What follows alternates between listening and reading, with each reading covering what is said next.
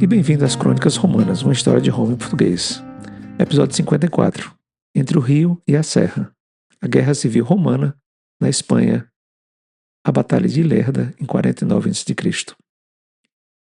No episódio anterior, nós vimos que em janeiro de 49 a.C., o Júlio César cruzou aquele pequeno rio chamado Rubicão, que dividia a Gália da Itália propriamente, e desencadeou com isso a Guerra Civil entre ele, as forças dele, Júlio César, e as forças do Senado romano, comandadas pelo Pompeu Magno, Pompeu Grande.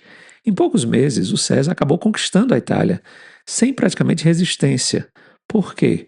Porque o Pompeu sabia que ele não tinha tropa suficiente para encarar os veteranos da Guerra da Gália que o Júlio César trazia com ele. Então, Pompeu fez uma retirada estratégia para a Grécia, onde ele ia preparar o seu exército para encarar as tropas do Júlio César. O Pompeu, no entanto, tinha grandes apoiadores na Espanha, que fica ali a oeste da Itália, tá certo? Que levou o César a dizer aquela frase famosa que dizia, de um lado ele tinha um líder sem exército e de outro um exército sem líder. O Júlio César ele tentou ainda pegar o Pompeu antes dele ir para a Grécia, mas ele perdeu essa corrida, então ele decidiu que ele iria atacar primeiro a Espanha, tá certo? Na Espanha,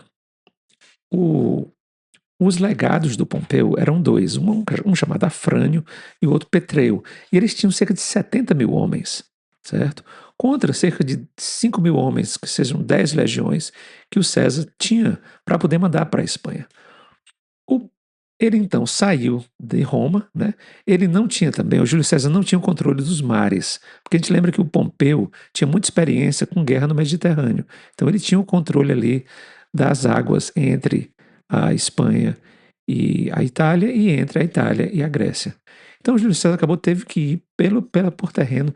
Quando ele passou por Marseille, onde é Marseille na França hoje, ele encontrou uma cidade que não se rendeu a ele, e ele teve que fazer um cerco àquela cidade, que foi inclusive esse cerco contra o Júlio César foi liderado pelo Aenobarbo, que era aquele cara lá daquela cidadezinha da Itália que o César havia poupado, tá certo? Então ele ficou controlando essa rendição. Só que o César decidiu, vou deixar esse cerco e vou tentar controlar a Espanha. Quando ele passa ali para a Espanha, a gente sabe que entre a Espanha e a França tem a cadeia dos Pirineus. Então só tem duas maneiras de passar ali. Ou você passa pelo sul, que é onde é a Catalunha, ou você passa ali pelo norte. Ele acabou passando pelo sul, tá certo? E se encontra com as tropas do Pompeu próximo a uma cidade chamada Ilerda, tá certo? Que atualmente é chamada Lérida, que é ali na Catalunha, fica a oeste de Barcelona, né? A dificuldade nesse terreno está em que as tropas do Pompeu estavam ocupando um terreno protegido, enquanto que ao norte haviam serras, que era o começo ali da cadeia dos Pirineus, que separa, né, aquela cadeia, e ao sul havia outra cadeia de montanhas, e ao leste dessa cidade havia um rio. Ou seja, era um pesadelo em termos de logística.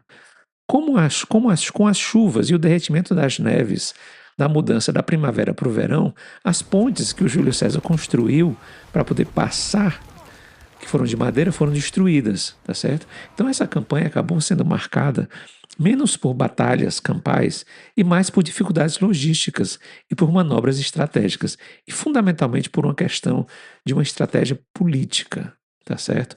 O Júlio César inicialmente sofreu com essas enchentes, com esses rios transbordados, com dificuldade de abastecimento. As tropas acabaram ficando isoladas em situação muito precária, e os generais do Pompeu acreditavam que eles podiam simplesmente desgastar as forças do Júlio César e forçá-lo a se render. Mas o Júlio César demonstrou sua habilidade militar, política e estratégica e logística. Ele reconstruiu as pontes, reorganizou as linhas de suprimento, né? E, com muita disciplina, foi cercando gradualmente o inimigo, as tropas do Pompeu. A paciência e a engenhosidade dele acabaram minando o moral das tropas do Pompeu. E, com certeza, o Júlio César vai concordar com aquela frase que é atribuída ao general americano Bradley, que diz que amadores falam de estratégia enquanto os profissionais estudam logística. No final do verão de 49, as tropas do Afrânio e do Petreu estavam completamente encurraladas. Eles estavam sem. Então o César virou o jogo. Eles estavam agora sem acesso a suprimentos, estavam sendo pressionados por deserções, porque o Júlio César continuava mandando mensagens para as tropas do Pompeu de que quem se rendesse seria poupado e seria mandado de volta para casa. Tá certo? E essas tropas começaram a ver que nós vamos estar lutando contra romanos, contra os nossos primos, contra nossos irmãos, contra as pessoas que são como nós, são romanos como a gente.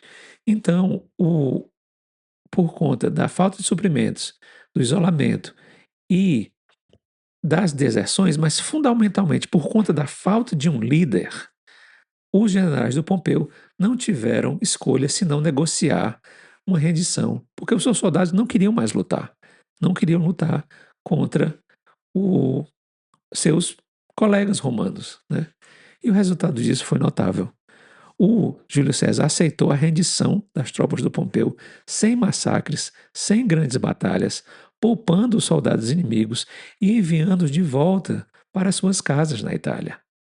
Essa clemência, porém, tinha um objetivo muito político, que era mostrar que o César não era um tirano sanguinário, mas sim um líder magnânimo que buscava conquistar os corações e mentes, além de territórios. Essa vitória em Ilerda consolidou o controle de Júlio César sobre a Espanha e garantia um fornecimento de grãos para a Itália e recursos vitais para a campanha que ele tinha que ainda fazer contra o Pompeu, que estava preparando um exército lá na Grécia. Certo? Foi também um golpe simbólico contra o Pompeu, que perdeu uma base estratégica sem sequer estar presente para defendê-la. Então, Júlio César vai se consolidando cada vez mais como um grande líder e o Pompeu como aquela pessoa cujo tempo e o pico da sua habilidade já passou. Com a Espanha pacificada, o César retorna à Itália para se preparar para o confronto final e decisivo que ainda vai vir. É a batalha dele contra as tropas do Pompeu na Grécia. E isso acontece no ano seguinte e no episódio seguinte, onde a gente se encontra.